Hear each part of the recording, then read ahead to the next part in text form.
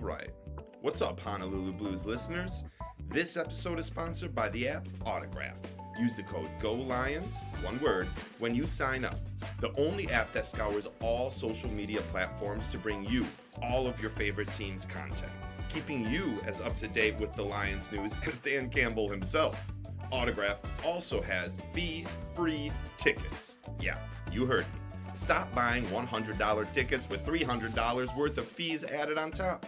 It's time we start to normalize not paying for fees on our tickets. Go to the app Autograph to get your fee-free ticket. Autograph's co-founder, Tom Brady, is also giving away a signed TB12 football. To get entries to win it, just go to Autograph and play in their Survivor Pool Weekly Challenge. Earn an entry for every week you correctly guess an NFL team that will win. If you lose one week, no biggie. Just come back next week and try again. Earn up to 18 entries, and maybe you will have a Tom Brady signed football at your house. Just download the app Autograph and use the code GOLIONS.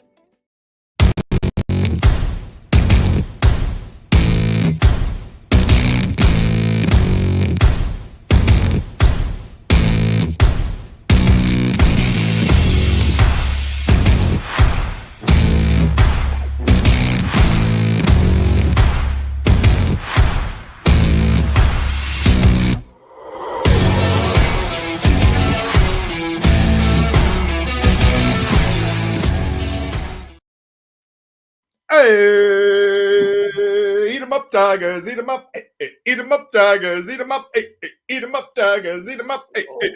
We are here. Yeah, we're here. We're here right before the game gets going. So we're gonna be quick about this. Tigers, Wings, and Lions. Oh my, dude. It's just a great time to be in Detroit. We're going to jump into the Lions and Cowboys thriller in Dallas coming up this Sunday. But first, let's talk about our Detroit Tigers. They are 2-1 in the series against Cleveland. They play game 4 at 6:08 today in Comerica. Bunch of stars were at the game yesterday, including our very own Amon-Ra St. Brown. Boys, how does it feel right now to be a Tigers fan? Bro, I'd never thought, but like the feeling I have for Tigers baseball, I was there for like the Miggy, Scherzer, Verlander, but baseball wasn't my main sport and I didn't appreciate it as much. I was just kind of there for the ride, and it sucked when they did, lose to Big Papi in the conference finals. And now, oh my gosh, I'm like so excited, so thrilled to watch every second of these games. I think I've watched every single Tigers game since I've been watching like the majority of them, but just like a little bit. But every single Tigers game since probably like the last 5 of the regular season. It's just been nonstop as much as I can. Tigers, Tigers, Tigers. I love that. Julius, talk us through it. Some people like to say that Detroit is a basketball town. Right? The Pistons going to work, the bad boys. Some people like to say Detroit is a football town.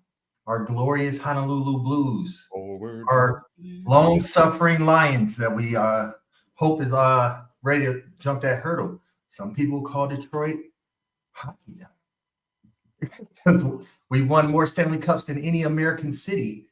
But honestly, my dad used to always tell me, and I remember watching Maglio Donis send the Tigers to the World Series back in 06. I was in middle school watching it live on TV, and my dad always said Detroit was a Tiger town. And it's really showing right now. Yeah, like Maglio, I can hardly even remember that, man. That might have been your birth year, Adam. I don't know. That may have been, dude. I just turned 27 a month ago. Been feeling pretty old, but yes. Oh man, what I give about you 27 again. No, you're right though, Julius. I love the way you just put all that, dude. I love that. I can't even freaking. That was awesome. Detroit is a great sports town. Period. Just a great sports town. We want to see people win. The brotherhood of the Red Wings and the Lions and the Tigers and the Pistons are extreme. It is outstanding. What an amazing city.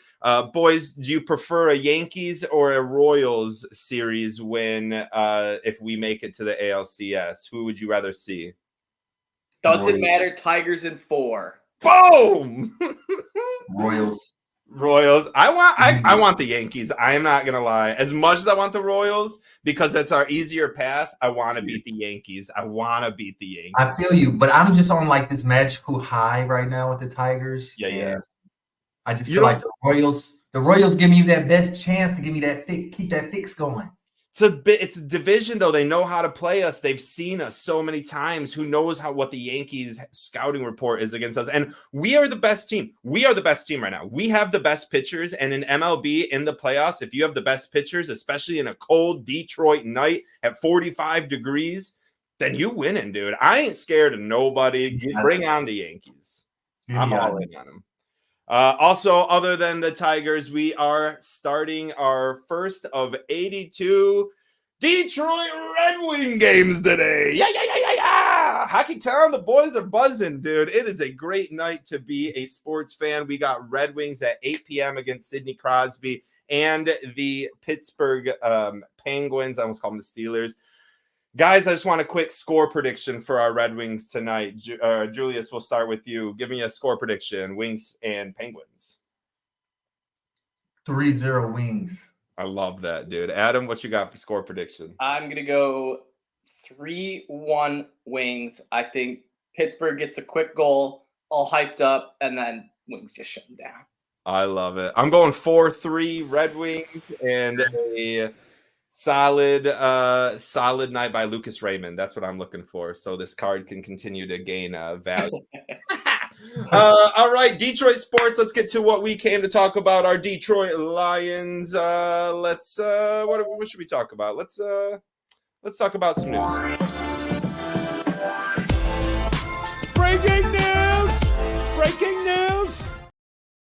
Breaking news, Devin White was released by the Philadelphia Eagles. That is not breaking news for the Lions, but it could be. Do we have any interest in going out and trying to get Devin White, 26-year-old, on a cheaper deal, Adam? Yeah.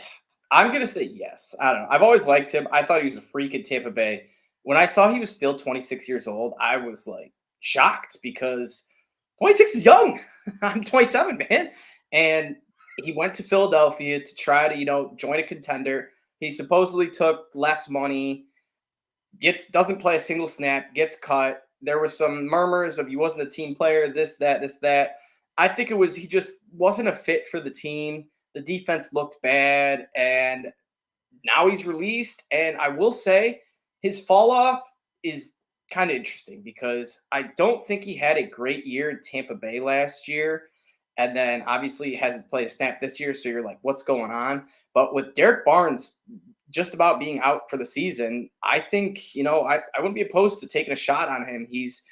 I can't really call him a veteran because he's still only 26, but he has some experience in the league. And I feel like would be able to help out Jack Campbell, who's a similar athletic, just kind of cover man, good, linebacker. So I'm for it. I don't think it'll happen though, but I'd be cool with it. Got you. Julius, you on the same page or you looking elsewhere? Yeah, if the price is right, it depends what he's asking for in a limited edition, a limited role. However, I'm ultimately I'm gonna say no, and it's because of the emergence of my man's Malcolm Rodriguez, the great Texan himself. He has emerged in his third NFL season to not just be a special teamer and a backup, but actually play meaningful snaps and make big plays, which we saw he had potential from his rookie season. So I'm going to go no. I'm going to ride with Rodrigo. Shout out to Rodrigo, too, who we just found out is going to be a father. So congratulations to him and his wife. I believe her name is Kennedy.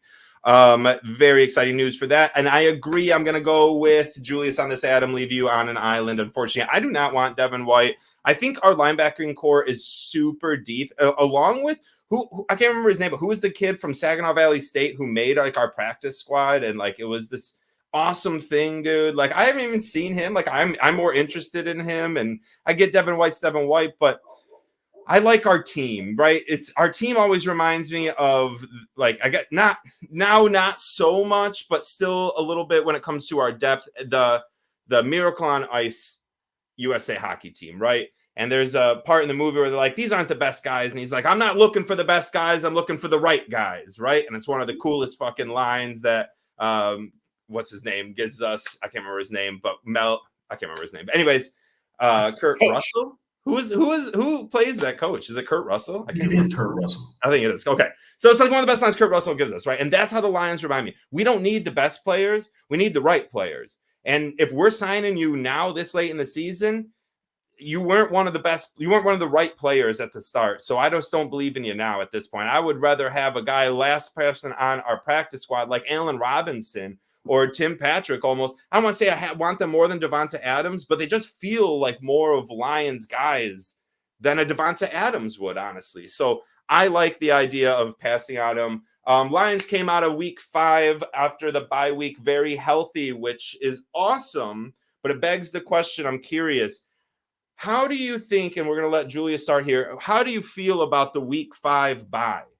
Are you, like, obviously right now we're probably happy, but in 7 weeks, are you going to be resenting it? Like, how do you feel right now, right in it, you know?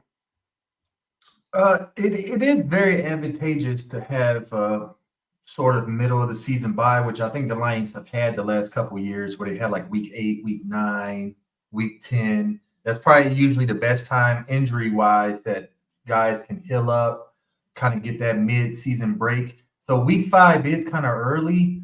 However, I don't think I can judge it now. I had to judge it at the end of the season and see how the team reacts, how they play after this bye. They got a tough stretch. I think 4 out of 5 on the road. Houston, Green Bay, Dallas. It's just rough for these next 5 games. So we'll see how this early bye affects them 10 weeks from now. We sure will. Yeah, I don't know. I'm kind of split on it. I think when you're looking at it right now, we got, Ragnow healed up. If we were to play the Cowboys last week, Ragnow probably wasn't going to play. Maybe Branch, if he would be out. A few other guys. I know Kirby just tweaked his hamstring too, which is, knock on wood, hopefully he's good to go for Sunday. But if you're gonna, if we have it now as opposed to later in the season and we have some injuries right now, I'd rather take that while I have it. I guess it's kind of weird explaining it, but I would hate to be like, oh, let's switch our bye week to week 12 and then everyone's healthy week 12 and it's just a normal week off. So at least now I know that some players did benefit from it, including Ragnow, one of our, best offensive linemen. That's super fair. And that's an awesome way to put it. Because I kind of was leaning where Julius was like, I don't know, 50-50. I didn't really like it because, because of what could be.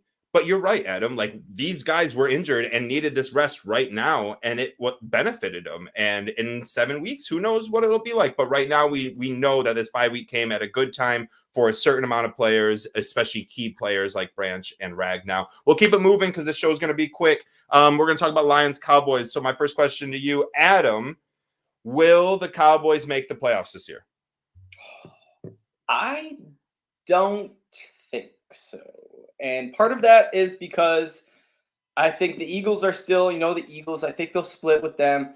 But the Commanders, man, Jaden Daniels, he seems like he's the real deal. I feel like he might be able to, split with the Cowboys, where the last 5-7 years, that's been 2 freebies for them. And the Cowboys, I want to say, did they finish first last year? I think they did. So no. I think the Eagles had the wild card. No, Eagles had the home against Tampa Bay. And the Cowboys lost in the wild card to the Packers. Oh, wait, no. Wait, yeah. Green Bay was the wild card, played Dallas, who won the division, and Philly was the wild card who played Tampa, who was the division. Yes. So you're right. Dallas won.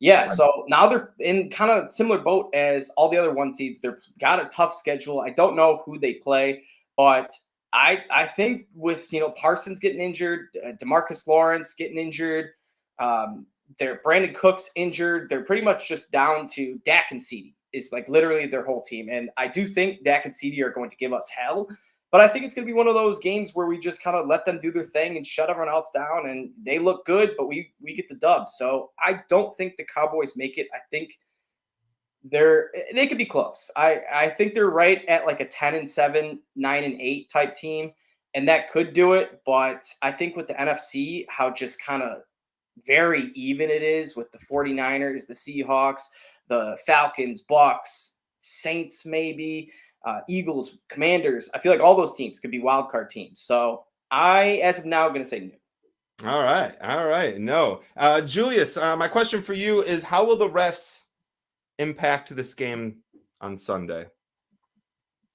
They're not going to impact it at all, because if they do, Detroit, the whole state of Michigan will bring a riot to the state of Texas, and then Texas is going to seem very small in that time, because Michigan may be smaller than Texas, but we got just as big as hard as Texas, and we will not get played again for a second straight year by the refs. I promise. I know they're thinking about it. I know it's in their head. It's a great question, Nick. I didn't even think about this. I didn't even think about this scenario where we get screwed 2 years in a row in Dallas.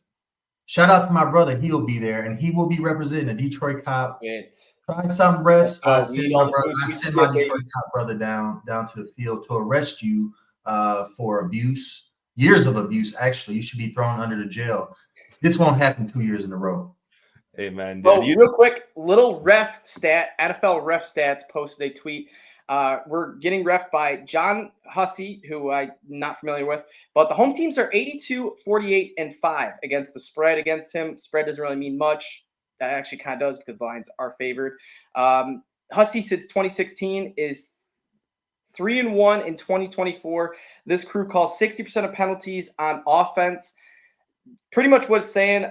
They say they don't call a lot of defensive back penalties, was the next comment. So defensive backs account for 39.5% of the team's penalties. Detroit should catch a break versus the Cowboys, and Hussey's officiating crew, leaving some leeway for the DBs, is far greater. I kind of read that wrong. But my point is this helps out Terrion, I believe. That's exactly my next question right for you, Adam. So let's lead it right into it. How will Terrion Arnold stay away from the flags this game, especially if he's going up against Jalen Tolbert? Like, how does he do it? Yeah, I hope he's not shadowing CD too much. I want Carlton on him with, Kirby keeping his eye, or Brian Branch. Jeez, all these B names screw me up. Branch kind of over top shadowing him as well. But I think Terrion's going to have a bounce back game. I think the coaches have really harped on him. He had 2 straight games where he had like 5 defensive pass interferences. So those, you just got to come down. Aaron Glenn, I'm sure, made it a point that's like, hey, man, I know you got away with this all the time at Alabama, but we're the Detroit Lions, and they're going to call it 99 times out of 100. So Try not to hold and just, go out there and ball. And I think that's what Terrion's going to do. I'm almost feeling a big game from Terrion. Ooh, I like that. We only have about 5 minutes left. Let's run to Julius. What are your 3 keys to victory? My 3 keys to victory is to, one, our secondary has to have a big game. You just talked about it, Adam. Terrion Arnold, Carlton Davis. Dallas's biggest threat to every team they play is the Dak Prescott, CeeDee Lamb connection. If you do not let CeeDee Lamb go off for 250 and 3 touchdowns, we win. Second key to the game, Aiden Hutchinson with another big sack game. A lot has been made of the decline of Dallas's offensive line, and their right side in particular is vulnerable. And we all know that's where Aiden Hutchinson rushes from. I'm looking for Aiden Hutchinson to have another defensive player of the year type game. Third key to victory. Now that you brought it up, Nick, the refs don't screw the Lions out of the game. Big key to victory. Adam, we're running. Come back to that. No, dude, that's a huge key to victory. That's the number 1 key to victory. Adam, we're running quick. What are your 3 keys to victory? Taylor Decker touchdown. No, that would be so cool though. If that would be great. Run that play and it worked, and man, win or something even crazy like that. I just hope we do some sort of trickery like that, just to rub it in Dallas's face. Keys to victory. Pressure on Dak. Aiden Hutchinson has 4.5 sacks over 2 games against the Cowboys, so he's done pretty well, including 3 the last time we played. Hutch leading the NFL in sacks right now, still after the bye. I think he's going to have a big game. I think the pass rush, number one, run the ball. Whenever we go smash mouth, we've done well. The only time we kind of pivoted was against the Bucs, and we know what happened. And finally, Jared Goff. You don't need to go 18 for 18 again. Would absolutely love it, but just be that good Jared Goff we know and loves. I love it. My 3 keys to victory are close to all of your guys. Is number 1, Cowboys without Parsons, Nealand, and Lawrence. Cowboys have allowed 12.7 yards per catch to opposing running backs, the 6th most. They have allowed where is it? There it is. 250 receiving yards to opposing running backs. That is the 6th worst. And running backs are the Detroit Lions' pride and joy. So lean on the running backs, Monty and Gibbs in receiving and rushing. Force pressure on Dak, like you boys were saying. Dak has been hurried 21 times this year. That is the 2nd most in the NFL behind only Sam Darnold. Dak has only 3 scrambles this year, not like runs that were designed. 3 scrambles this year. Jared Goff has 4. Dak ain't running a bunch. You put pressure on him, go get him. So my number 2 key to victory is Hutch, Reeder, McNeil, and company. Go wreck havoc. Number 3, Dan Campbell. Out of the bye week, last year, we barely beat the Chargers 41-38. Out of the bye week 2 years ago, we lost to Dallas after a week 6 bye. We go and play Dallas. We lost 24-6. In 2021, Dan's first year, we tied after the bye 16-16 to Pittsburgh. Dan Campbell is 1-1-1 after a bye. Go be Andy Reid. Go be 15-0 after bye. Take this game. Do not try to be any kind of new Dan Campbell. Be the Dan Campbell of old. Be big, bald MCDC and go win this game with a fake punt. Go for it on 4th down. I don't care how it has to happen. Win the game. Don't leave without it. Let's get to predictions. Adam got 1 point 2 weeks ago. He has 7 points. He's going first. Adam, what do you got? All right. My offensive MVP. Got to go back to the wishing well. My boy, he is due. He got snubbed last week. Julius should have won it, but Jared Goff did not miss a single pass. And that is none other than Jahmyr Gibbs. That receiving stat I absolutely love. I don't think Gibbs has had a reception. He has receiving yards off of the Amon-Ra little pitch play, but he doesn't have a reception, I think, the last 2 games, which is very interesting considering who Jahmyr Gibbs is. So I'm going to go. Jahmyr Gibbs is going to be my offensive MVP. Defensive MVP, got to go Hutch. Low-hanging fruit. I think I'm curious to see how long this streak will go of whoever gets the first pick will take Hutch, because I do think probably all year. I don't know. Probably, but I bet there'll be a couple times where like Branch will just be gelling the week before. Campbell might be looking good. I don't know. Anyways, so Hutch on the defense, and my score prediction, I am going to go 28-24 Lions. Lions 28-24. Gibbs off the board. Hutch off the board. Julius got 2 points 2 weeks ago. Also has 7 points total, same as Adam. But because he had 1 more point last time he did it, he's going second. Julius, what do you got? So for my offensive MVP, I'm going with, this was hard, but I'm going David Montgomery. I have to, because Dallas has been getting wrecked in the run game, bro. And you just brought up all those receiving stats for Gibbs. I'm glad you took him first, Adam, because if you didn't, I would have took him. But I'm going to take Monty second. And then on defense, I'm also going to do something. I'm a ricochet off Hutchinson, because he causes so much havoc and so many pressures. A lot of times other players get ricochet sacks from his pressures. And for this week, I'm going to give that player, let's just say he has 2.5 sacks, Levi Ozaworki. Oh, that is a spicy meatball, my man. I thought you were about to take my guy, but you didn't. And now I don't even know who I'm going to take. What's your score prediction? Who wins the game? I'm going Lions 35, Cowboys 17. Love you, Julius. Deep down in the So, Metroplex. I love that, Julius. We both picked 52 total points as the spread is 52.5. Wow, that's crazy, guys. We're Wow. too much alike, Julius. All right. Well, you guys left me so many options on offense since you both took the running backs. I don't know if I should go J-Mo or Goff. I think I'm going to go. Goff went perfect last game, and he got me the win. I'm just going to take him while he's there. I thought you were going to go DJ Reader, which is who I was going to go with, expecting you, Julius, to take Kirby.